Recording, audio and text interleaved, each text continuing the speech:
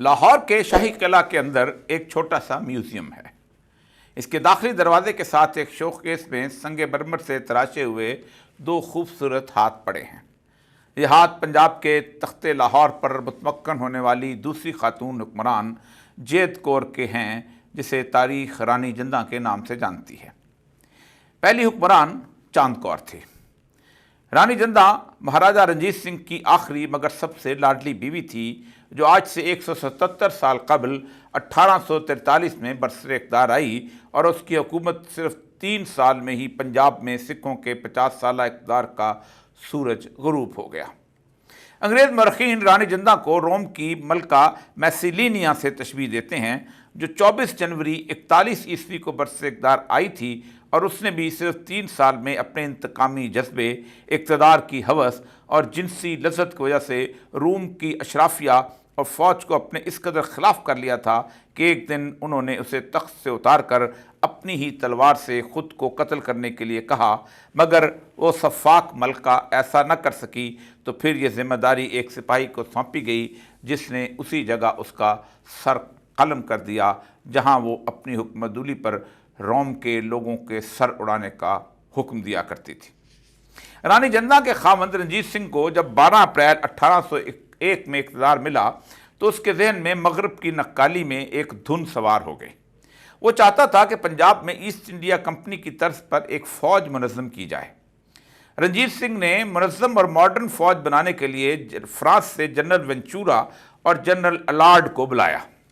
رنجیت سنگھ کی وفات کے وقت اس کی بنائی ہوئی فوج کی تعداد 40,000 تک بڑھ گئی تھی، جس پر ماہانہ خرچہ 4 لاکھ روپے سے زیادہ تھا، اور اس فوج کے پاس 1 لاکھ گھڑ سوار دستے بھی تھے اور ہلکا توپ خانہ بھی۔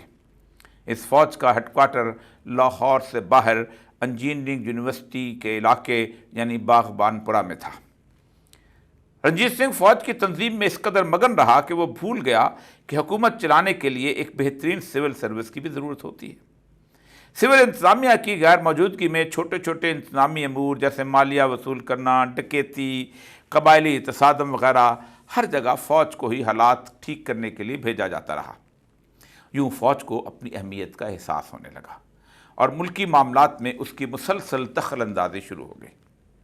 رانی جندہ کی شادی چونکہ 1829 میں ہوئی تھی، اس لیے وہ رنجیت سنگھ حکومت کے ان آخری 10 برس میں فوج کی بڑھتی ہوئی مداخلت کی براہ راست گواہ تھے۔ رنجیت سنگھ کی موت کے بعد جیسے ہی اس کا بیٹا کھڑک سنگھ تخت پر بیٹھا، تو سکھ 2 بڑے سیاسی گروہوں میں تقسیم ہو چکے تھے، ڈوگرے اور سندھنا والے۔ سندھنا والا گروپ کا سردار دھیان سنگھ کھڑک سنگھ کا سخت مخالف تھا۔ وہ فوراً ہی فوج کے ہیڈ کوارٹر جا پہنچا اور ان کو یہ خفیہ اطلاع فراہم کی کہ کھڑک سنگھ اپنے ساتھی چیت سنگھ باجوہ کے ساتھ مل کر پنجاب کو انگریزوں کے ساتھ فروخت کرنا چاہتا ہے۔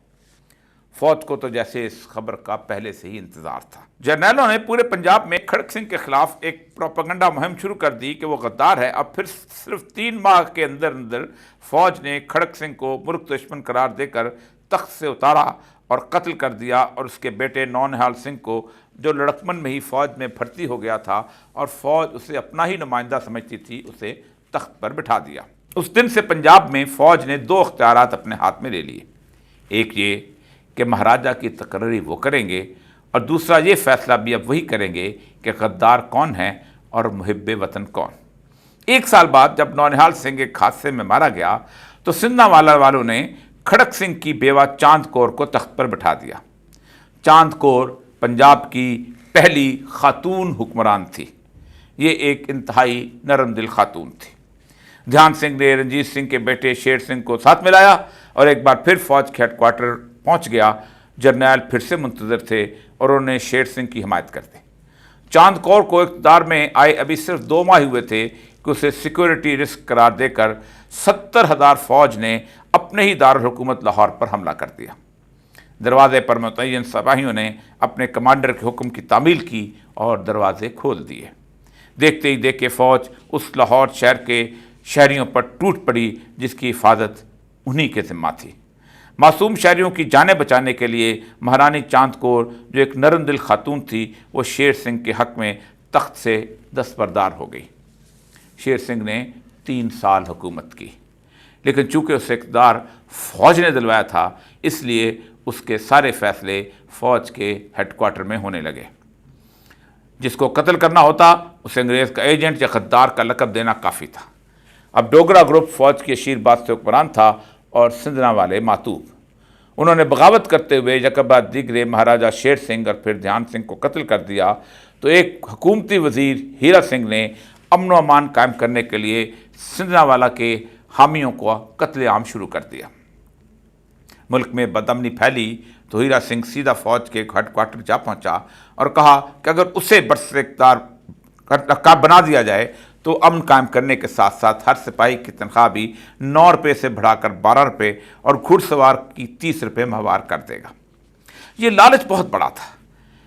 اب ایک بار پھر فوج نے اپنے ہی شہر لاہور پر حملہ کیا۔ پوری رات توپ خانے سے گولہ باری ہوتی رہی اور جب صبح فوج فاتح شہر میں داخل ہوئی تو ہر طرف لاشوں کے انبار لگے ہوئے تھے۔ رنجیت سنگھ کے 6 سالہ بیٹے دلیپ سنگھ کو تخت پر بٹھا دیا گیا اور ہیرا سنگھ کو وزیر خاص اور سرپرست بنایا گیا۔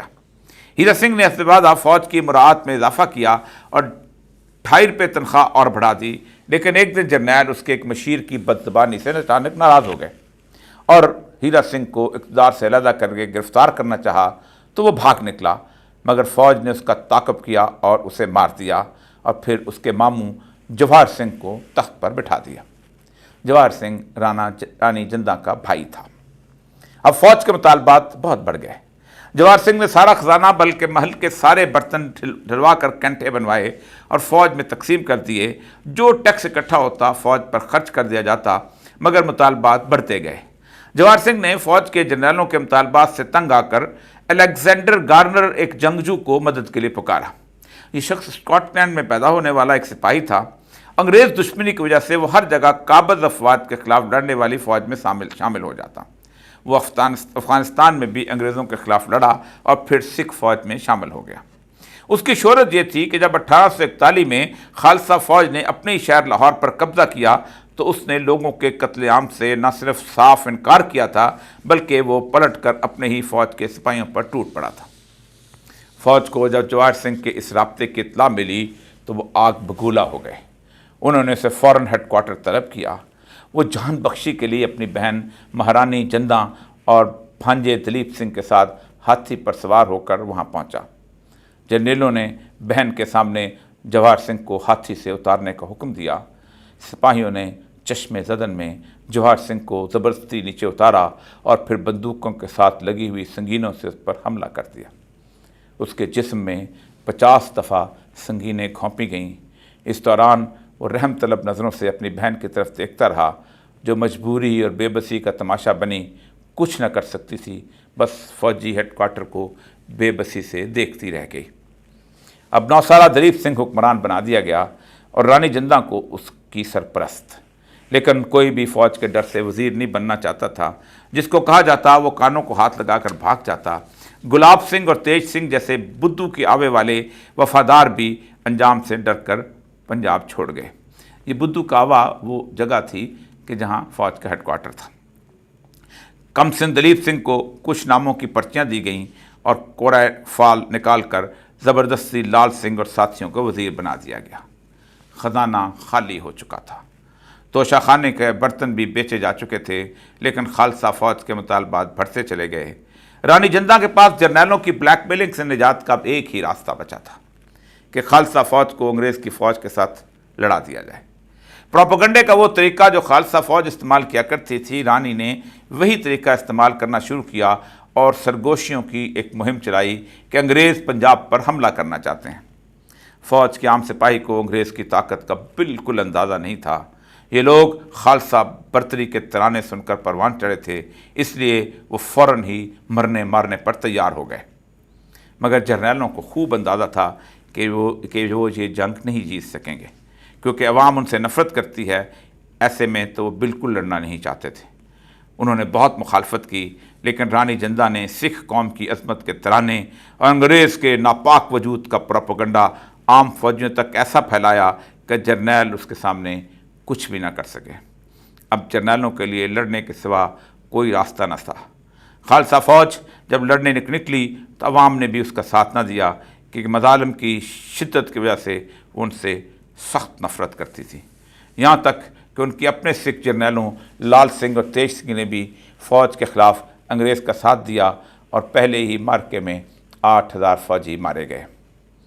رانی جھندا کو پہلے لاہور کے شاہی قلعے، پھر شیخو پورہ کے قلعے اور آخر میں بنارس کے چلیر فورٹ میں رکھا گیا اور اس کے بیٹے دلیپ سنگھ کو برطانیہ روانہ کر دیا گیا۔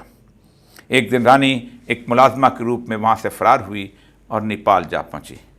اس کے سینے میں چھپی انتقام کی آگ اب سرد ہو چکی تھی اور وہ اس بات پر بھی نازاں تھی اور فرحاں تھی کہ تاریخ اسے انگریزوں کے خلاف لڑنے والی ایک بہادر عورت کے طور پر ہمیشہ یاد رکھے گی۔ ایک عام سکھ آج بھی اسے ایک مزاحمتی کردار کے طور پر عزت کرتا ہے، لیکن خالصہ فوج کے شکست خوردہ جرنیل خوب جانتے ہیں کہ بہن کے سامنے بھائی کی تڑپتی لاش ایک عورت کے انتقام کو کہاں تک لے جا سکتی ہے۔